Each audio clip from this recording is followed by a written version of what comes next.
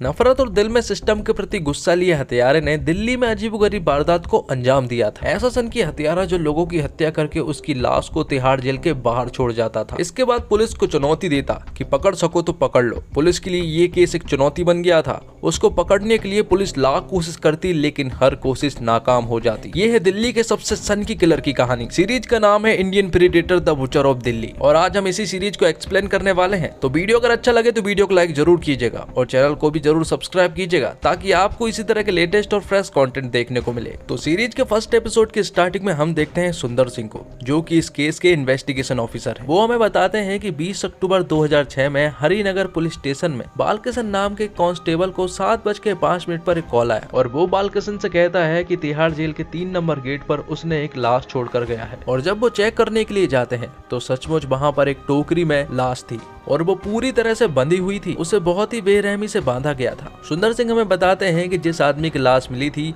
वो 28 से 30 साल का रहा होगा और उसकी बॉडी का रंग सांवला था और उसकी बॉडी में सर नहीं था। उस टोकरी में बॉडी के ऊपर ढेर सारे अखबार भी रखे हुए थे ताकि खून इधर उधर ना जाए और उस शख्स की बॉडी को बेरहमी से बांधा भी गया था। साथ में उन्हें उसी टोकरी में एक चिट्ठी भी मिलती है। तो पुलिस वाले उस चिट्ठी को खोल लेते हैं और उसे पढ़ने लगते हैं। उस चिट्ठी में पुलिस वालों के लिए काफी गंदी गंदी गालियां लिखी हुई थी।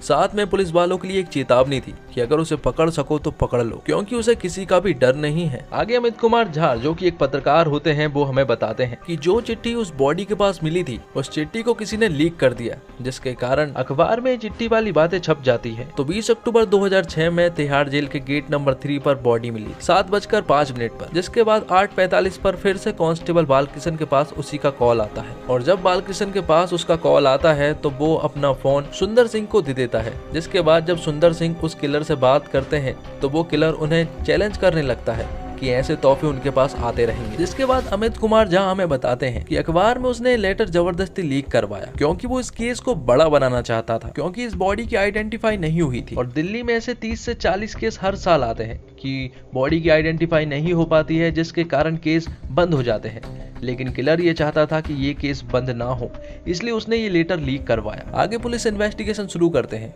इन्वेस्टिगेशन के दौरान वो देखते हैं कि जो 2 कॉल आए थे वो कहां से आए थे, इसलिए सबसे पहले जाते हैं वो तिलक नगर में एक एसटीडी बूथ था, जहां पर जाने के बाद उन्हें एक आदमी मिलता है, जिससे वो पूछते हैं कि यहाँ पर कौन कौन कॉल करने के लिए आया था। तो वो आदमी उन्हें बताता है कि यहाँ पर सिर्फ एक आदमी कॉल करने के लिए आया था और अगर वो उसके सामने आया तो वो उसे पहचान लेगा। जिसके बाद वो उससे स्केच वगैरह बनवाने लगते हैं। जिसके बाद लेटर की कुछ बातें पढ़ाई जाती है, जैसे कि लेटर में लिखा था, मैंने मर्डर किया हूँ, और ऐसी भाषा ज्यादातर बिहार के लोग यूज किया करते हैं। साथ में उस चिट्ठी में 2003 के एक मामले के बारे में भी लिखा था कि उसने 2003 में भी एक मर्डर किया था और बॉडी को गेट नंबर 1 के बाहर डाला था और तब भी आप लोग मुझे नहीं पकड़ पाए थे। अब ऐसे में अगर पुलिस के पास कोई भी क्लू नहीं होता है तो पुलिस उसे अनट्रेस केस कहती है और उस केस में टाइम बर्बाद ना करके उस केस को बंद कर देती है। यहाँ पर ये सारा किस्सा अक्टूबर 2006 में हुआ था। जिसके बाद कहानी पहुँचती है 25 अप्रैल 2007 में, जहाँ पर सुंदर सिंह को फिर से कॉल करके बताया जाता कि तिहाड़ जेल गेट नंबर 3 के बाहर फिर से एक बॉडी को डाल दिया गया है।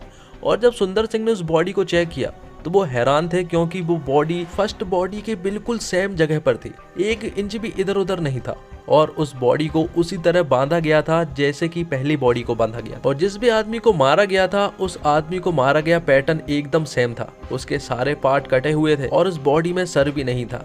और इस बार उस किलर ने चिट्ठी भी नहीं छोड़ी थी। दिल्ली पुलिस पूरी तरह से लाचार थी, क्योंकि उनके पास ना ही विक्टिम था और ना ही एक्यूज्ड। वो करते भी तो भला क्या करते। और फिर थोड़े ही दिन के बाद 18 मई 2007 में उन्हें तीसरी बॉडी मिली तिहाड़ जेल गेट नंबर 3 पर और इस बार भी मारने का पैटर्न एकदम सेम था। उसके सारे पार्ट्स कटे हुए थे और उसे बेरहमी से बांधा भी गया था। लेकिन इस बार उस किलर ने उनके पास एक चिट्ठी भी छोड़ी थी। चिट्ठी में पुलिस के लिए कई सारी गालियां लिखी हुई थी और साथ में ये लिखा गया था कि उन्होंने पहली बॉडी का ठीक ढंग से इन्वेस्टिगेशन नहीं किया, क्योंकि उसके हाथ पर उसका नाम लिखा हुआ था, उसकी कलाई पर अमित लिखा हुआ था। उसमें लिखा था कि उन्होंने ठीक ढंग से इन्वेस्टिगेशन नहीं की, उन्हें मीडिया में उसका नाम डलवाना चाहिए था। वो खुद को सीसी कहकर पुकारता है। साथ में वो लिखता है कि मुझे पकड़वाने के लिए तुम्हें इनाम रखना चाहिए। पुलिस वालों ने दोनों चिट्ठियों के पास में रखा। दोनों की राइटिंग एकदम सेम थी, लैंग्वेज भी एकदम सेम थी। इस लिखावट की इन्वेस्टिगेशन के लिए डॉक्टर एसएल बायो को बुलाया जाता है, जो कि क्लिनिकल फॉरेंसिक साइंटिस्ट थी। वो इन दोनों लेटरों को एनालाइज करती और बताती कि दोनों लेटर एकदम सेम है और एक ही आदमी के द्वारा लिखे गए हैं। साथ में वो हमें बताती है कि ये एक साइकोपाथ किलर है और उसके लेटर को पढ़ने के बाद उन्हें पता चला है कि ये किलर आगे भी कई सारी किलिंग करने वाला है और ये सिस्टम से काफी ज्यादा चिढ़ा हुआ है, इसलिए सारी हरकतें कर रहा है। उसने लेटर में लिखा था कि करीब करीब साल में कम से कम 7 से 8 मर्डर अगर वो नहीं कर लेता तो वो पागल हो सकता है, इसलिए वो 7 से 8 मर्डर हर साल करेगा। इस तरह से कई दिन गुजर जाते हैं और कई सारे इलाकों पर ढेर सारी किलिंग होने लगती है और वो इसी तरह से कई सारे लोगों को मारने लगता है। इन सारे मामलों के कारण दिल्ली पुलिस एक बैठक बुलाती है और यहाँ पर सुंदर जी इस केस को टेक ओवर करते हैं और सिर्फ 3 दिन का समय मांगते हैं और उन्हें कुछ ऐसे ऑफिसर चाहिए थे जो कि उनके पसंद के थे। यहाँ पर वो 6 लोगों की एक टीम बनाते हैं और 2 पुलिस की जीप लेते हैं। इन्वेस्टिगेशन शुरू करने से पहले वो एक इंसिडेंट के बारे में पता करते हैं। 1998 में बिल्कुल सेम केस ऐसा हो चुका है और उसे भी सेम पैटर्न में काट कर मारा गया था। इन सारे इंसिडेंट का पता करने के लिए वो अपने इन्फॉर्मर का पता करते हैं और उनसे इन्फॉर्मेशन कलेक्ट करते हैं। यहाँ इन्फॉर्मर लोगों के बारे में कुछ बातें बताई जाती है कि वो सभी लोगों के साथ रहते हैं, अच्छे लोग और बुरे लोग, सभी लोगों के साथ वो लोगों को देखते हैं, पहचानते हैं। और फिर सुंदर सिंह के टीम के ही नारायण जी के इन्फॉर्मर ने उन्हें बताया कि आजादपुरा मंडी के पास एक डॉक्टर के पास उसी किलर के हुलिये के जैसे दिखने वाले आदमी को उस डॉक्टर के पास देखा। इसलिए नारायण जी तुरंत ही आजादपुरा मंडी पहुंच जाते हैं और उस डॉक्टर के पास जाते हैं और उससे मिलते हैं। और जब ये लोग उस डॉक्टर से बात कर रहे होते हैं कि तभी उनके साथ एक इत्तेफाक होता है कि उसी किलर का डॉक्टर के पास कॉल आता है। ये लोग समझ जाते हैं कि उसी किलर का कॉल आया था, इसलिए ये लोग डॉक्टर को धर दबोचते हैं और उसे अपने साथ जेल ले आते हैं। अब डॉक्टर से पूछताछ की जाती है और उस किलर के बारे में इंफॉर्मेशन कलेक्ट की जाती है, जिससे कि उन्हें पता चलता है कि उस किलर का नाम चंद्रकांत झा है। डॉक्टर उन पुलिस वालों को बताता है कि चंद्रकांत बहुत ही पागल टाइप का आदमी, क्योंकि एक बार वो मेरे ब्रदर लॉ को मारने ही वाला था, लेकिन वो सही समय पहुंच गया और उसे बचा लिया। डॉक्टर उनसे ये भी कहता है कि आज शाम 4 बजे चंद्रकांत उनसे मिलने के लिए आने वाला है, लेकिन वो लोग उससे फोन करवाते हैं कि वो चंद्रकांत के पास कॉल करे। और जब डॉक्टर उसके पास कॉल करता है तो चंद्रकांत उससे कहता है कि वो आज नहीं बल्कि कल शाम 4 बजे आएगा। और ये बात सुनने के बाद पुलिस वाले सारी फील्डिंग जमा देते हैं। कुछ लोग केला बेचने वाले बन जाते हैं तो कुछ लोग आइसक्रीम बेचने वाले बन जाते हैं। सिचुएशन के हिसाब से वो अपने हुलिये को चेंज कर लेते हैं। तो 4 बज चुके थे लेकिन चंद्रकांत झा अभी भी नहीं आया था। शाम हो चुकी थी लेकिन चंद्रकांत झा का अभी तक कोई भी अता पता नहीं था। शायद चंद्रकांत को पुलिस की फील्डिंग के बारे में सब कुछ पता चल गया हो, इसलिए पुलिस वाले प्लान 2 को अपनाते हैं और उस डॉक्टर की कॉल हिस्ट्री को निकलवा लेते हैं। और जिस नंबर से डॉक्टर के पास सबसे ज्यादा बार कॉल आया हो वो इस लोकेशन को निकलवा लेते हैं। उन्हें एक नंबर पर सबसे ज्यादा शक हो रहा था और वो था अलीपुर में, इसलिए सारे पुलिस वाले अलीपुर की अलग अलग गलियों में जाते हैं और वहां इन्वेस्टिगेशन शुरू करते हैं। लेकिन वहां जाने के बाद उन्हें कोई भी टिप नहीं मिल पा रही थी। यहाँ पर पुलिस वालों को लगने लगा था कि शायद अब ये केस यहीं पर खत्म हो जाए। लेकिन तभी पुलिस वालों को याद आता है कि डॉक्टर के ब्रदर इन लॉ को तो सब कुछ मालूम होगा, इसलिए जब वो उससे पूछते हैं तो वो उन्हें बताता है कि चंद्रकांत की बाइक के पीछे एक इंजन लगा हुआ है और वो एक अजीब तरह की गाड़ी है। वो इस गाड़ी की पूरी तरह से पहचान बताता है, जिसके बाद जब ये बात सुंदर जी को पता चलती है तो वो तुरंत ही नारायण जी को खबर करते हैं और उस गाड़ी का हुलिया बताते हैं। और जब ये बात नारायण जी सुनते हैं तो वो उन्हें बताते हैं कि ये तो उसके सामने ही खड़ी हुई है, इसलिए नारायण जी तुरंत ही अपने सामने वाले दरवाजे की तरफ दौड़ते हुए जाते हैं। और इसी सस्पेंस के साथ पहला एपिसोड खत्म होता है। तो सेकंड एपिसोड की स्टार्टिंग में हम देखते हैं कि पुलिस ने चंद्रकांत को किसी तरह से पकड़ लिया था और आपको जो फोटो दिखाई जा रही है वो असली चंद्रकांत की है, मतलब कि अब किलर पकड़ा जा चुका था। पुलिस उसे गिरफ्तार करती है और कस्टडी में लाती है। पुलिस ये जानना चाहती थी कि आखिर चंद्रकांत ने ये सब क्यों किया और कैसे किया, क्योंकि वो चंद्रकांत के बारे में जानना चाहते थे। और यहाँ पर हम देखते हैं कि चंद्रकांत सुंदर सिंह को पहले से ही जानता था। वो उनसे कहता है कि मैंने आपसे कॉल पर बात की थी। साथ में वो उनसे ये भी कहता है कि अगर वो लोग मुझे नहीं मारते हैं तो मैं सब कुछ बताने के लिए तैयार हूँ। तो सुंदर सिंह भी कह देते हैं कि हम तुम्हें नहीं मारेंगे। तो यहाँ पर चंद्रकांत हमें बताता है कि वो बिहार के मधेपुरा डिस्ट्रिक्ट के गौसाई गांव में रहता था। उसकी फैमिली में उसके माता पिता के अलावा उसके 5 भाई थे। उसकी माँ एक स्कूल में टीचर थी और उसके पिता नहर विभाग में काम किया करते थे। और अपनी लाइफ के खराब होने का जिम्मेदार वो अपने घर वालों को ही मानता है। उसका कहना है कि उसकी माँ ने उसकी पढ़ाई नहीं करवाई और ना ही उसकी ठीक ढंग से परवरिश करवाई। अपने घर वालों से वो तंग आ चुका था और उनसे नफरत भी करने लगा था। तब उसने फैसला किया कि वो अपने गांव को छोड़ देगा, जिसके बाद वो दिल्ली चला जाता है। बिहार में हर साल कई सारे लोग अपने गांव को छोड़ते हैं और दिल्ली में जाकर बसते हैं और जिस कस्बे जिस जगह पर वो रहते वो सारे इकट्ठे ही रहा करते थे। तो चंद्रकांत आजादपुरा मंडी पहुंच जाता है और अपने गांव और कस्बे के लोगों के साथ रहकर लेबर का काम करने लगता है। साथ ही जज साहब ने दीपक शर्मा नाम के एक लॉयर को हायर किया और चंद्रकांत के केस को डिफेंड करने को कहा। तब दीपक शर्मा ने भी चंद्रकांत की कुछ इन्फॉर्मेशन निकाली। उन्हें पता चला कि चंद्रकांत पल्लेदारी का काम करता है, यानी कि लेबर वाला। चंद्रकांत आजादपुरा मंडी में काम किया करता था। वहीं पर उनका एक मालिक भी था जो कि उन्हें लेबरगिरी के पैसे दिया करता था, लेकिन उनकी ठीक से नहीं बनती थी। इसलिए चंद्रकांत की एक दिन उनसे झड़प हो गई और इस झड़प में चंद्रकांत ने उसका हाथ कट कर दिया, जिसके बदले में चंद्रकांत के ऊपर केस दर्ज हुआ और उसे जेल भी हुई। ये सब भी ठीक था, लेकिन चंद्रकांत को इस बात पर गुस्सा आई कि उसे गिरफ्तार किया तो ठीक है, लेकिन उसकी बीवी को भी गिरफ्तार कर लिया गया, जबकि उसकी तो कोई गलती ही नहीं थी, क्योंकि वो वहाँ पर थी ही नहीं। जेल से निकलने के बाद चंद्रकांत ने यह फैसला कर लिया था कि वो अपने मालिक पंडित को जरूर मारेगा। और जब चंद्रकांत 1998 में जेल से बाहर निकला तो बाहर निकलते से ही उसने पंडित को मार दिया और मारने का पैटर्न एकदम सेम था। उसने पंडित की बॉडी के टुकड़े टुकड़े कर दिए थे और सर धड़ में नहीं था। जिसके बाद चंद्रकांत बताता कि ये मर्डर करने के बाद पूरा परिवार अलीपुर में शिफ्ट हो गया, मतलब कि बीवी बच्चे सभी लोग अलीपुर में थे, लेकिन चंद्रकांत हैदरपुर में रहता था और वहीं पर रहकर कत्ल किया करता था। उसका एक पैटर्न था कि वो जिस भी आदमी को मारता सबसे पहले उसे दोस्त बनाता, उसे भाई की तरह रखता और उस पर पूरी तरह से भरोसा भी करता। तो 20 अक्टूबर 2006 में क्या हुआ था, ये बात हमें चंद्रकांत बताता है। उसने 20 तारीख को अनिल मंडल नाम के एक आदमी का मर्डर किया था। दरअसल वो उसे अपने दोस्त और अपने भाई की तरह मानता था, लेकिन अनिल उसके पैसे खर्च किया करता था और एक दिन बिना पूछे वो उसकी लड़की को अपने साथ लेकर चला गया था।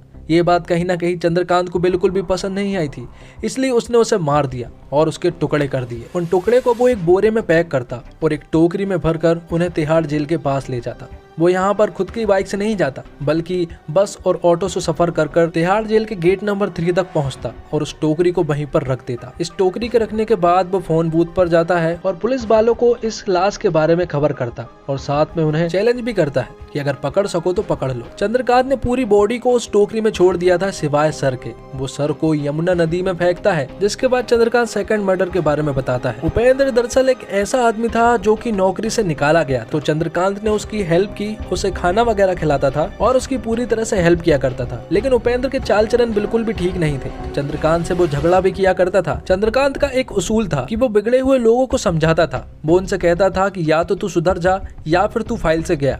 और अगर चंद्रकांत ने किसी भी आदमी से ये बोल दिया कि तू फाइल से गया, मतलब कि उसका मर्डर होना तो एकदम तय है, जैसा कि उपेंद्र का हुआ। उसी पैटर्न में उस बॉडी को भी काटा जैसा कि उसने पहले भी कुछ बॉडियों को काटा था। सुबह सुबह जल्दी उठकर वो उस बॉडी को ठिकाने में लग जाता। डेड बॉडी को उसने तिहाड़ जेल गेट नंबर 3 पर ही फेंकी थी, लेकिन इस बार उसका पूरा का पूरा धड़ अलग था, मतलब कि हाथ पैर कहीं और थे और मुंडी तो वो हमेशा यमुना नदी के तट पर ही गिराया करता था। गेट नंबर 3 पर जो बॉडी थी उसे बहुत ही कसकर बांधा गया था, वो किसी से भी खुल नहीं रही थी। लेकिन तभी एक आदमी आता है और बॉडी पर बंधी हुई रस्सियों को चाकू से काट देता है। और जिस आदमी ने उन रस्सियों को काटा था वो आदमी कोई और नहीं बल्कि चंद्रकांत ही है। वो उनसे कहता है कि उन सारे ऑफिसरों की आवाज उसने पहचान ली थी, लेकिन शायद उन लोगों ने मेरी आवाज नहीं पहचानी थी। चंद्रकांत बताता कि पुलिस स्टेशन में बलबीर नाम का एक हेड कांस्टेबल था और जब मैं जेल में था तो वो मुझे बहुत परेशान किया करता था, इसलिए मैं हमेशा बलबीर के ऊपर नजर रखता था कि वो कहाँ पर है, और वो मुझे जहाँ भी दिखाई पड़ता तो मैं लाश को वहीं पर पटकता था। दरअसल चंद्रकांत का मानना ये था कि पुलिस वाले एकदम मक्कार है और वो अपना काम ठीक ढंग से नहीं कर रहे हैं। वो लाश के टुकड़ों को इधर उधर पटकता और पुलिस को बार बार चेतावनी देता कि वो मुझे नहीं पकड़ पा रहे। तीसरा मर्डर जो उसने किया था वो किया था उसने दिलीप का। चंद्रकांत बताता कि दिलीप भी मुझसे झूठ बोलने लगा था और पल पल पर उसके झूठ से वो तंग आ चुका था और चंद्रकांत को झूठ से भी नफरत थी, इसलिए उसने उसे भी मार दिया। धड़ को तो उसने तिहाड़ जेल के पास ही पटका था, लेकिन इस बार हाथ और पैर उसने अलग अलग जगह पटके थे। जैसे कि 30 यारी मस्जिद के पास उसने दोनों हाथों को पटक दिया था और किशनगंज नाला में उसने दोनों पैर को फेंक दिया था और मंडी को उसने गाजियाबाद में फेंक दिया था। अब चंद्रकांत के गाँव का एक आदमी बताता है कि उसकी माँ जो थी वो एक झगड़ालू टाइप की औरत थी, जो कि किसी से भी लड़ लिया करती थी, अपने बेटों पर ध्यान नहीं देती थी, इसलिए उन लोगों ने अपनी परवरिश खुद ही की। चंद्रकांत तो दिल्ली चला गया था और आजादपुरा मंडी में काम करने लगा था और आजादपुरा मंडी के पास एक गुंडा रहा करता था जिससे कि चंद्रकांत झगड़ लिया था, जिसके कारण उस गुंडे ने चंद्रकांत के पेट को चीर दिया। तब चंद्रकांत के साथ काम करने वाला एक आदमी बताता है कि जब उसके पेट को चीर दिया था और उसके पेट से जब अंतड़ियां बाहर निकल आई थी तो उसने उन अंतड़ियों को अंदर किया और एक गमछे से बांधकर उसे हॉस्पिटल लेकर गया। उसका इलाज हुआ, वो ठीक हो गया था और कुछ ही दिनों के बाद उसने कुंफू कराटे और लड़ाई करने की स्किल सीख ली थी और कुछ ही दिनों के बाद उसने उस गुंडे को भी मार दिया था। आजादपुरा मंडी में जब चंद्रकांत काम किया करता था वो वहाँ पर रखी सब्जी की बोरियां और फलों को बोरियों को चुरा लिया करता था और अपने दोस्तों को देकर आ जाया करता था, जिसके बदले में जो भी उसे पैसे मिलते वो उन्हें रख लिया करता था और अपने दोस्तों को भी नहीं देता था। उसके बदले में वो अपने दोस्तों को खाना वगैरह खिला दिया करता था। वो लोगों का भरोसा जीतता और उनके साथ रहता। उनके साथ वो एकदम दोस्त और भाई की तरह व्यवहार करता। लेकिन जब वो उसे धोखा देते या फिर उसे झूठ बोलते तो वो उन्हें मार देता था। जब वो उन लोगों को मारता था तो उन्हें एक टोकरी में बंद करके 15 किलोमीटर सफर करके तिहाड़ जेल के पास फेंका करता था। बाकी सभी पार्ट्स वो अलग अलग फेंक दिया करता था और सर को यमुना नदी में। मतलब कि एक बॉडी को ठिकाना लगाने में वो बहुत सारा ट्रेवल किया करता था। तो इस तरह से चंद्रकांत ने 7 लोगों को मारा था, लेकिन उसने जज के सामने ये कन्फेस नहीं किया था, क्योंकि उसने तो सिर्फ पुलिस वालों को ये बताया था कि उसने 7 लोगों को मारा। पुलिस वाले भी कुछ नहीं कर सकते थे क्योंकि उनके पास सबूत नहीं थे। सबूत मिल सकते हैं तो वो मिल सकते हैं यमुना नदी में, जो कि उनकी खोपड़ी ढूंढकर। इसलिए वो उसे अपने साथ ले जाते और उससे पूछते हैं कि उसने खोपड़ी कहाँ पर पटकी। तो चंद्रकांत भी उन्हें बताता है कि उसने खोपड़ी कहाँ पर पटकी। पुलिस वाले भी ढूंढने में लग जाते हैं, लेकिन काफी देर तक ढूंढने के बाद भी उन्हें खोपड़ी नहीं मिल रही थी। यहाँ पर सुंदर जी देखते हैं कि उस नदी को तैरता हुआ एक कुत्ता जा रहा होता है। उनको ऐसा लगता है कि कुत्ते अगर नदी तैर कर पार कर सकते हैं तो उन्होंने खोपड़ी भी जरूर लेकर चले गए होंगे। लेकिन जब थोड़ी देर वो ढूंढते हैं तो उन्हें आखिरकार एक खोपड़ी मिल जाती है, और जो खोपड़ी उन्हें मिली थी चंद्रकांत उन्हें बताता है कि ये दिलीप की खोपड़ी है। लेकिन पुलिस वाले इन्वेस्टिगेशन करते हैं और उन्हें पता चलता है कि ये खोपड़ी दिलीप की नहीं है, क्योंकि 5 दिन बाद जिसकी खोपड़ी मिली हो उसके अंदर कोई ना कोई मांस और खून जरूर होता। लेकिन इस खोपड़ी का हाल तो बहुत ही बुरा हो चुका था और ये पूरी तरह से सड़ भी चुकी थी। इसलिए पुलिस वाले ये रिक्वेस्ट करते हैं कि हर एक बॉडी के पार्ट्स को मिलाकर उनका डीएनए टेस्ट करवाया जाए, ताकि पता चल सके कि ये बॉडी आखिर है किस। आगे पुलिस वाले इन्वेस्टिगेशन करते हुए चंद्रकांत के हैदरपुर वाले घर पहुंचते हैं। जैसे ही वो घर में पहुंचते हैं तो उन्हें एक कोने में 3 चाकू मिलते हैं और उन चाकू के आजू बाजू काफी सारा खून भी था और एक दीवार पर कई सारे नंबर भी थे और उन्हें कुछ मोबाइल में मिलते हैं। उनमें से एक मोबाइल ऐसा भी था कि चंद्रकांत इसी मोबाइल से पुलिस वालों को कॉल किया करता था और बॉडी के बारे में खबर किया करता था। अब आगे रियल चंद्रकांत को दिखाया जाता है, जो कि मीडिया के सामने था। मीडिया उससे कुछ सवाल पूछती, लेकिन यहाँ पर चंद्रकांत मीडिया से कहता है कि वो हमेशा गलत खबर क्यों छापते रहते हैं। तो चंद्रकांत उनसे कहता है कि वो ये सारी बातें आपको नहीं बताएगा, बल्कि जज को बताएगा। चंद्रकांत के घर पर पुलिस वालों को एक कैमरा भी मिला था और उसी कैमरे से उसने कुछ फोटोग्राफ्स भी क्लिक की थी, जो कि उसी के घर की थी। तो आइए उन फोटोग्राफ्स को देखते हैं।